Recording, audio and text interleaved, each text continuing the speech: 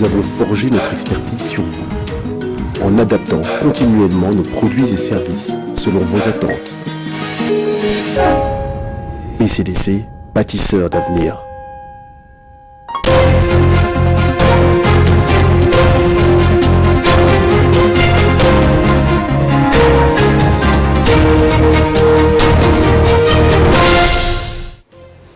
Fin de la crise au sein de la Ligue des associations des personnes vivantes avec un handicap. Après plusieurs mois de tractations, Joseph Mwapé a été confirmé comme président de cette structure regroupant les personnes vivantes avec un handicap de la province du Haut-Katanga. Et son comité a été installé en présence du conseiller du ministre provincial des Affaires sociales.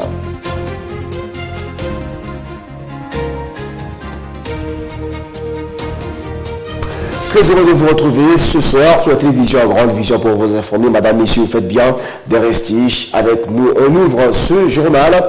Nous le disions tout à l'heure, le ministre provincial des Affaires sociales vient de confirmer Joseph Mwapé comme président de la Ligue des associations de personnes vivant avec handicap de la province du Haut-Katanga. Son comité a été installé en présence du conseiller du ministre des tutelles. Précision avec Jeune Kibokembe et Papi Mandondo. Avant installation, le représentant du ministre des Affaires sociales a, dans un PV, pris acte des résultats des élections du 19 octobre 2017 qui avait donné pouvoir à Joseph Mwapé. Élection pourtant contestée par le président sortant Nestor Beya.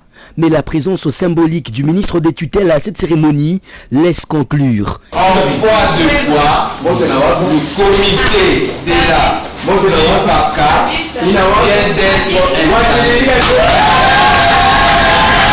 Quand Joseph Mwapé prend la parole, c'est un discours des rassembleurs qu'il tient, avec en toile de fond un projet des sociétés ambitieux. Le comité qui aujourd'hui vous avez donné mandat dans la main à tout membre, à toutes les catégories qui composent la Ligue des personnes avec handicap du Haut-Katanga, de tourner la page et de travailler la main dans la main pour l'intérêt supérieur de tous en vue d'atteindre nos objectifs.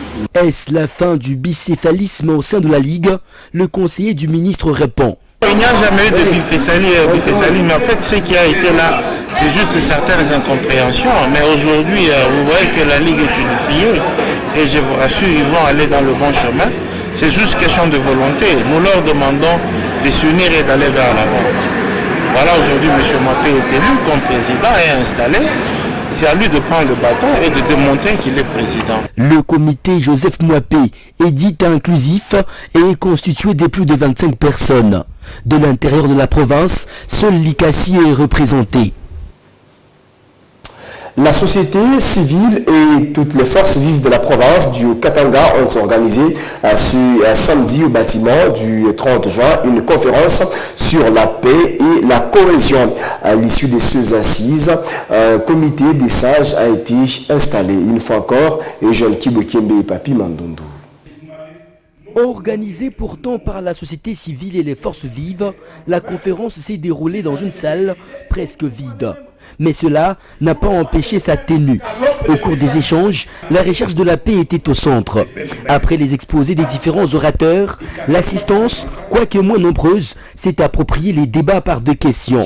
Après cette séance, il a été procédé sur place à l'installation du comité des sages chargé de suivi. Je déclare membre du comité des sages de ce jour de travailler humblement, de manifester votre volonté, et d'être toujours très sage pour que votre sagesse soit manifeste. J'ai dit et je vous remercie. La structuration du comité n'a pas été faite sur place. La largesse a été accordée aux membres pour une organisation interne. Et puis le vice-gouverneur de la province du Katanga, Jean Kalinga Mambepa, a présidé la cérémonie de validation du plan quinquennal de développement 2018-2022. C'est la salle des banquets du gouvernorat des provinces qui a servi de cadre à cette cérémonie. Esther Diour et Basile Bilali. Un atelier de validation du programme de développement économique et social a eu lieu le vendredi dans la salle de banquet sous la présidence du vice-gouverneur du Haut-Katanga, Jean Kalinga Mambepa. Les ministres provinciaux, les chefs de division de l'administration publique et les experts venus des différents ministères et divisions ont répondu présents à cette rencontre qui valide le programme de développement économique et social 2018-2022, dont les travaux ont commencé le 24 février 2018. Dans son mot de bienvenue, le ministre provincial de plan Michel Momat Kakouji a remercié le gouverneur Célestin Pandé-Kapopo qui a rendu possible ces assises. Il présente le draft 2 du plan qui doit connaître une validation technique pour l'émergence d'une classe moyenne en province. Le coach international de la Banque mondiale Patrick Mukendi a exposé le contenu de ce document de 252 pages aux participants qui, après un jeu de questions-réponses, ont validé ce plan quinquennal de développement de 5 axes stratégiques. Dans son mot de clôture, le vice-gouverneur Jean Kalinga Mambepa a rendu hommage au chef de l'État Joseph Kabila Kabange et salué le travail réalisé. La province du Haut-Katanga, comme toute autre entité, ne peut prétendre à un développement harmonieux si elle ne dispose pas d'un plan de développement. C'est pourquoi ce draft 2 est un référentiel certain qui va permettre au gouvernement provincial de répondre positivement aux attentes de sa population. Après cette étape, suivant les présentations au Conseil des ministres, l'élaboration du plan d'intégration multisectorielle, la présentation à l'Assemblée provinciale et la présentation aux bailleurs. Et puis la situation des créateurs artisanaux au cœur d'une mission des services qu'a effectué le ministre provincial de mines dans la ville montagneuse de Likasi où cette situation était en train de se vivre. Jusque-là, les activités sont suspendues jusqu'à nouvel ordre. Esther Diour, Basile Bilali. Le ministre provincial des Mines, Alain Ilunga Kasongo, a amené un message d'apaisement aux créateurs artisanaux de la commune de Kikula dans la ville montagneuse de Likasi. Ils ont été priés de rester calmes étant donné que leurs doléances et préoccupations sont en train d'être analysées par l'autorité provinciale et le ministère national des Mines. En attendant les modalités pratiques liées à cette exploitation artisanale, tout creusage est interrompu et le ministre provincial des Mines a interdit l'accès des mineurs, femmes enceintes, policiers et forces armées de la République démocratique du Congo dans les carrières. Nous allons maintenant nous réunir et prendre des mesures, des modalités pratiques pour encadrer tous ces gens-là qui sont là. Et comme vous l'avions dit, tous ces créateurs doivent d'abord se faire identifier. Et nous devons nous ramener toutes les coopératives qui vont souscrire à cette exploitation et à cette coordination-là. Nous sommes devant une situation de fait. Il y a de parcelles où les activités se passent déjà. Ça, ce sont des résidences. Nous ne pouvons pas demander aux enfants, aux familles de quitter immédiatement leur résidence. Et ce sont ces services techniques qui vont nous aider à essayer d'encadrer tous ces gens-là. Et comme il y a de modalités qui seront prises avec les services techniques pour que l'exploitation soit normale comme nous l'avons. Nous ne pouvons pas nous délocaliser directement les familles parce qu'il y a exploitation. Mais s'il faut délocaliser, c'est d'abord les enfants qui sont dans les mines, ceux-là qui font l'exploitation. Et les militaires, les femmes enceintes et les policiers que nous avons pour essayer un peu de rester sous les normes. Un message a été lancé aux opérateurs miniers de la province de ne plus acheter les minerais qui proviennent des clandestins de ce site. La République démocratique du Congo, en tant que pays respectueux des textes, doit se conformer aux lois, normes, engagements nationaux, régionaux et internationaux auxquels elle a souscrit. Et puis au nom du gouverneur de la province du Katanga, l'honorable Célestin Pandé-Kapopo, le ministre provincial de la Santé, Modeste Baloy, a procédé à l'installation du comité directeur de l'Union des jeunes pour la croissance d'un Congo meilleur, UJCCM en sigle. L'UJCCM, Union des jeunes pour la croissance d'un Congo meilleur, est un mouvement des jeunes qui soutient les actions du chef de l'État, Joseph Kabila Kabange. C'est la salle Atomium qui a servi de cadre à la cérémonie d'installation. Le ministre provincial Modeste Baloyi de la Santé a présidé la cérémonie au nom du gouverneur de province Célestin Pandé Kapopo.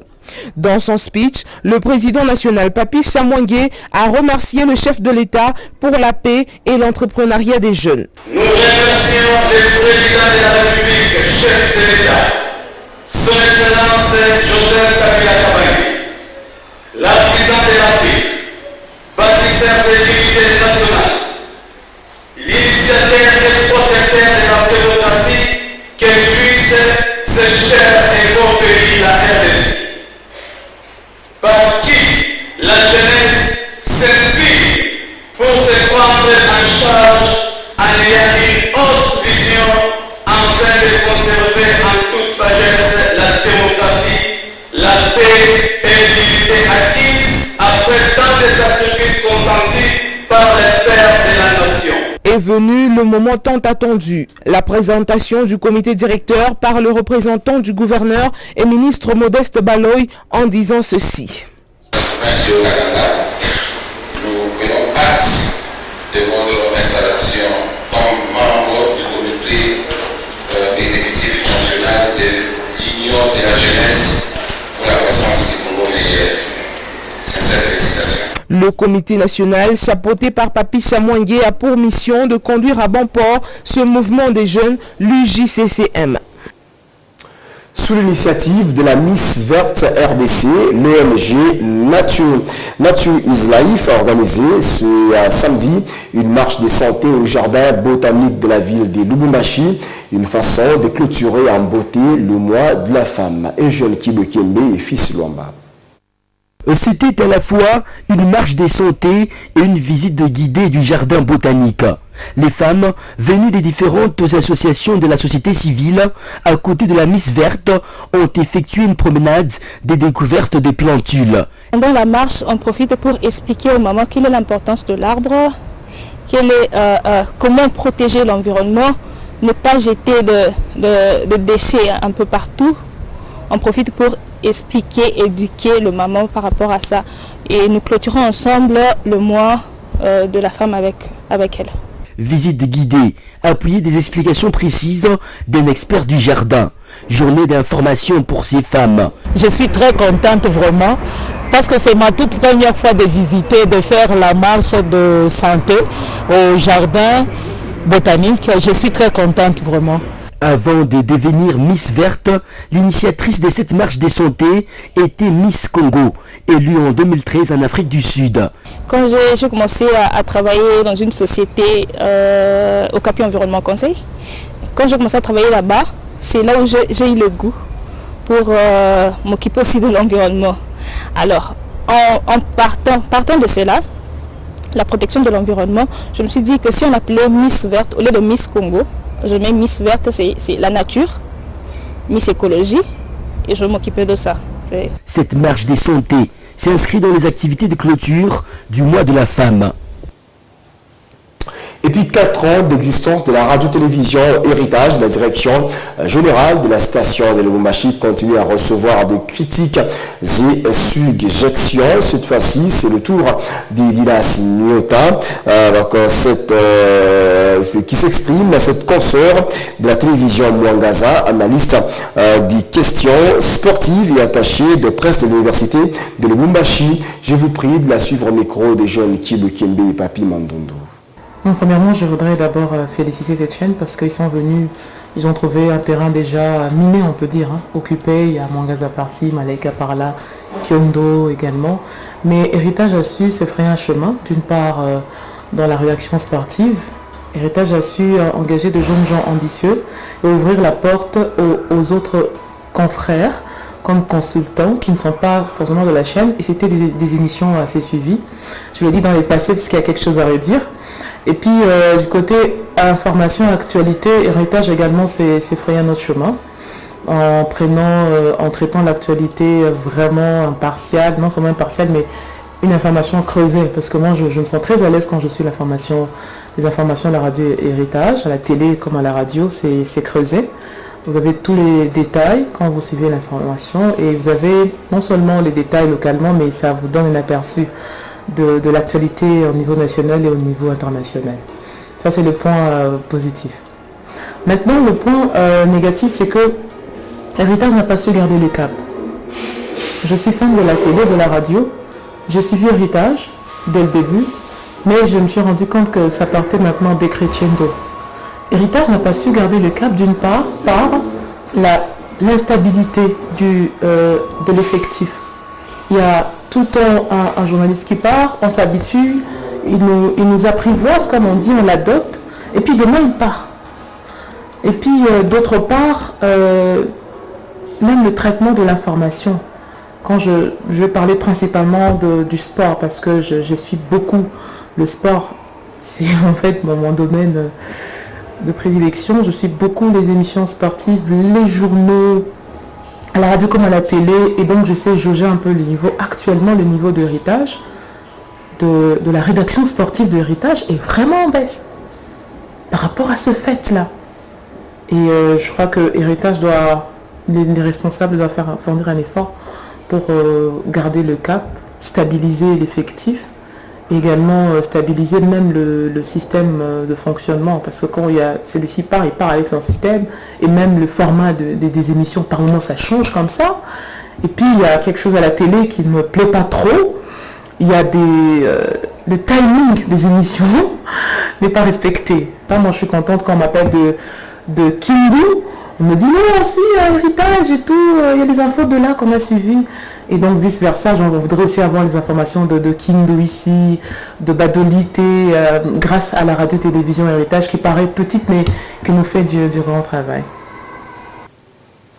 C'est rendre compte des conditions de travail des journalistes et appeler ce dernier à plus de professionnalisme dans la province du Olomami. Voilà donc l'objectif de la visite qu'a effectué vendredi dernier le commissaire à la communication et aux relations interprovinciales de la province du Olomami, André Lubumbu, satisfait du travail abattu par le personnel de la radio-télévision Héritage Kamina. Le patron des médias n'a pas caché sa satisfaction. Je vous prie de l'écouter.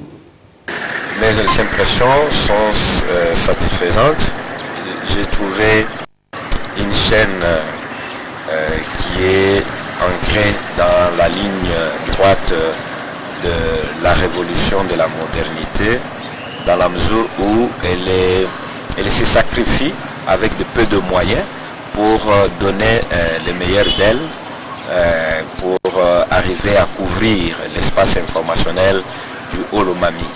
J'ai été surpris de voir que quand même la chaîne va au-delà même de 100 km. Et c'est une chaîne qui mérite le soutien du gouvernement provincial pour lui permettre, permettre à ce gouvernement d'informer la population de la banlieue, de chef-lieu de notre province qui est Kamina. Et de son côté, le directeur provincial d'Héritage Radio à Kamina, Trésor Samuel Senga, se dit satisfait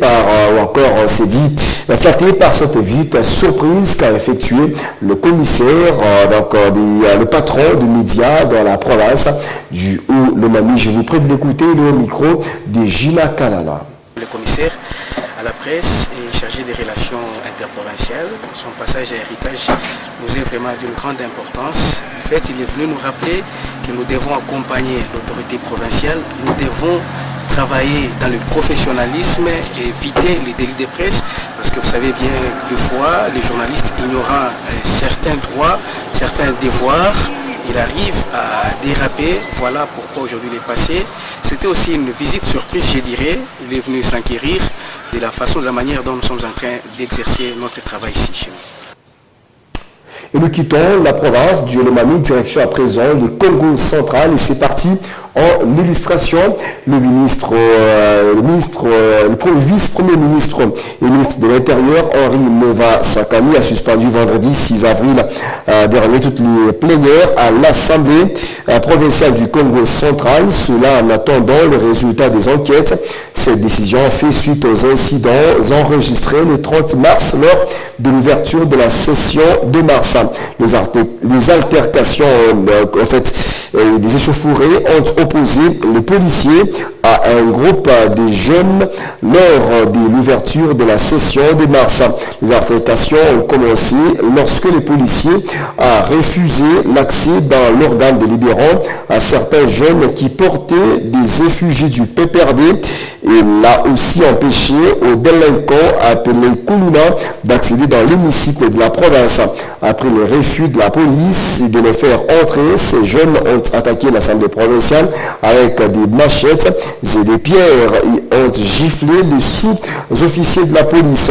Ils ont ensuite cassé des vitres du bâtiment administratif de l'Assemblée provinciale et des véhicules des députés et autres autorités trouvées sur place. Le tribunal de grande instance de Matadi a déjà condamné le 31 mars dernier un jeune délinquant communément appelé Koulouna à une peine de 20 ans de prison et de servitude pénale principale pour association des malfaiteurs et tentative de meurtre. Madame, Messieurs, on va parler à présent sport. L'INAFoot dans la phase des playoffs, le match prévu ce samedi 7 avril entre le CS Don Bosco et les Dauphins Noirs a été annulé. Les précisions sur cette annulation, c'est dans les prochaines interventions. Du sport, nous allons parler à présent religion, nous allons parler 8e CEPAC et donc direction à présent l'église Pierre Angulaire des Monards va pouvoir célébrer ce dimanche 8 avril le 2e anniversaire de son existence. Plus de précisions, ça sera donc à suivre dans les prochaines interventions avec les anciens diacres et autres fidèles qui ont connu cette église dès son faible commencement. C'est la fin de ce journal. Vous nous avez regardé depuis les 26 provinces qui font la République démocratique du Congo, même en dehors de la RDC. C'était pour nous un plaisir de vous informer.